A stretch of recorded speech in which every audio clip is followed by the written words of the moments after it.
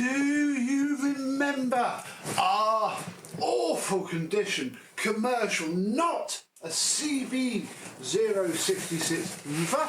Well, inside this box is a tale of two halves. It is a physically, mechanically brand new vacuum cleaner.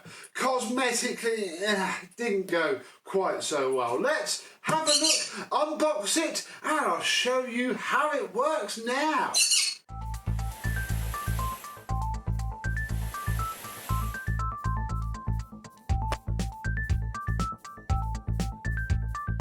Yes, hello, my vacuum cleaner chums. How are you today? Yes, this was, well, it was fairly easy. It's come up okay, but it's not perfect. We shall have a look shortly. Take the bag out, pop that on the top because we want that straight away. I didn't really touch the tools. They were fine. They needed wiped down really because of how the machine was, but didn't touch them at all. I just put the box together properly. So we can take our ones out.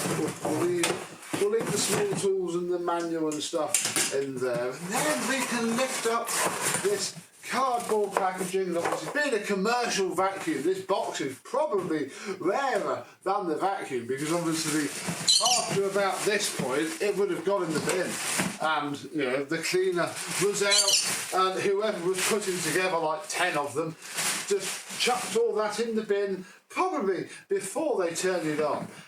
Yes, here he is. Let's have a close look at how this really turned out. On the outside, certainly looks a lot better. I just about managed to get all of the writing off without destroying the plastic any more than it was. And certainly the bin did come up extraordinarily well. There isn't actually any damage on it, thankfully.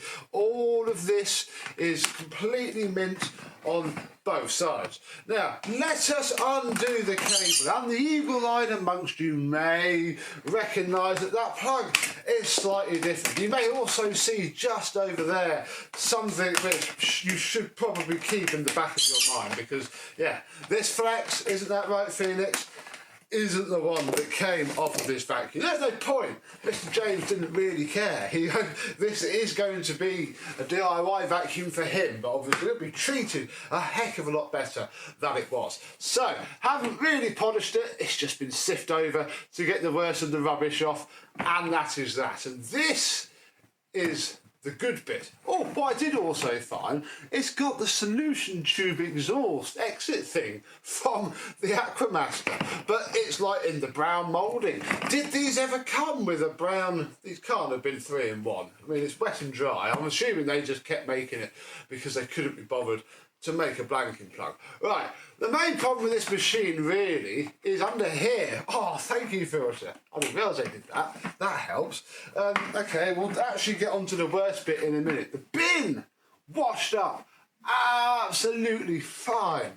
Even in there is now clean and nice, and again I robbed the better screws from that, and all is well. The filter washed up incredibly well.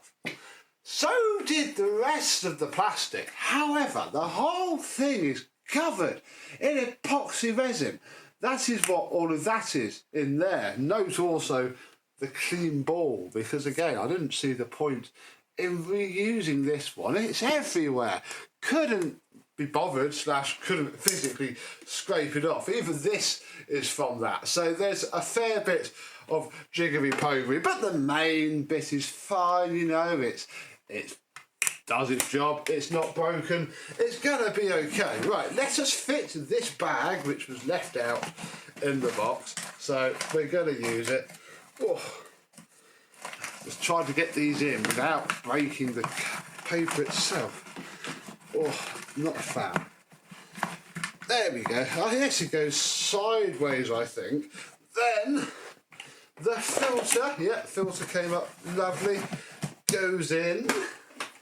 I'm not entirely sure this filter is from this. I can't imagine it is. I think Mr. James just put it in there because he said he turned it on in his house. That was stupid, wasn't it? Especially after how it turned on outside. So we now have a bag fitted, and yeah, let us turn it on and I'll show you how it sounds now.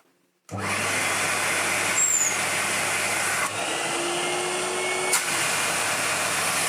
just amazing.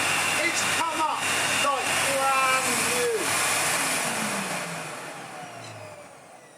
It's got the smoothest motor I have ever heard. I mean, it's come up really well. I mean, it freaking well should do, considering that this is the motor that came out of the thing. I mean, I didn't do anything with it. Look, all the epoxies got into the fan, so even if you took it apart, which you can't, because you cannot physically get this top fan shroud back onto the plastic. I've broken these motors trying. That is sadly scrap. No, of course, this has got the motor from this thing in it, and again, this thing's in far better condition in every possible way. But there you go. It's also got the sound deadening, because again, I couldn't even be bothered. These wash up okay. The foam comes off, so you end up washing the foam separately, drying it, and then hot gluing it back onto there. The real pain in the bum with these Hoover machines is this part here. This goes, sort of sits there, really. And these clips are a sod, although I'm gonna keep these clips. I'm gonna cut this off of the clips because, yeah, I've broken these clips before. And this foam doesn't come off of this plastic, so you have to sort of sit there and try and wash it. And when it's gone all crunchy like that, there is just no point at all. So all of this is all about to go in the bin, and the motor, and we are left with this lovely vacuum cleaner, and now a little bit of a mess. So I think it's time to actually do some vacuuming with our Hoover Commercial C2450. Oh yes, only bit of damage on the machine. Here we go then, we have some mess on the floor. Let's just clean it up like it's 1992. Oh, it's so quiet. Bit slow ploughing. However, come this side. Yeah. Oh, so much airflow. It would glide around in your office after hours. You haven't got much folder. There we go, let's clean up its own mess. Oh. Open the bleed valve, yeah!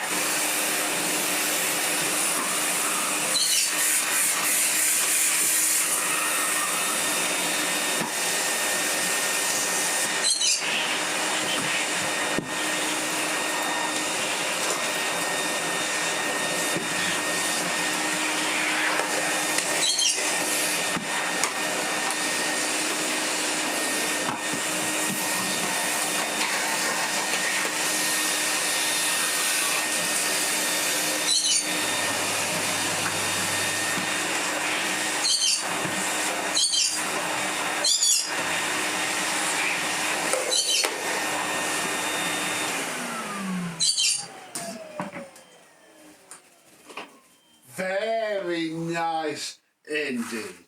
So there we go. One Hoover Commercial saved. I mean, again, very rare. I've had one. It was a dry one, and it didn't have its original tools either.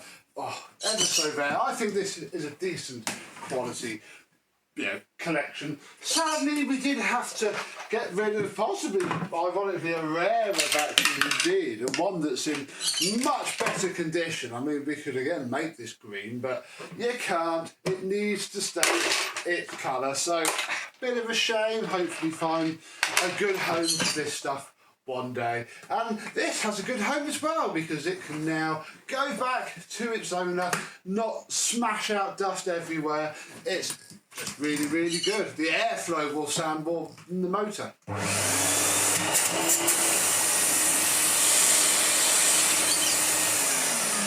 This end isn't that nice to use though. It doesn't stick into these bonds very well. Yeah, you might want to have a look at this, Mr. Owner. Yeah, look, you can see where that's as far as it goes, and the whole thing's a bit loose, but you know, for the not very much use it'll get, it probably doesn't matter. So there is one of the orange beauties. If you had one of these orange Aquamaster clones, do let me know. Indeed, have you had one of the actual clones, the Bakenza? Although again, it's still made by Hoover, of course. All of the plastic that still has the Hoover roundel stamped into it. So yeah, legitimate third-party thing, obviously, to get the most out of the design. Fair play, Hoover. Still didn't save you though, did it? Never mind. But we saved this, and I hope you have enjoyed. And until the next time, I and some other horrifying Hoover will see you soon. Happy Hoovering!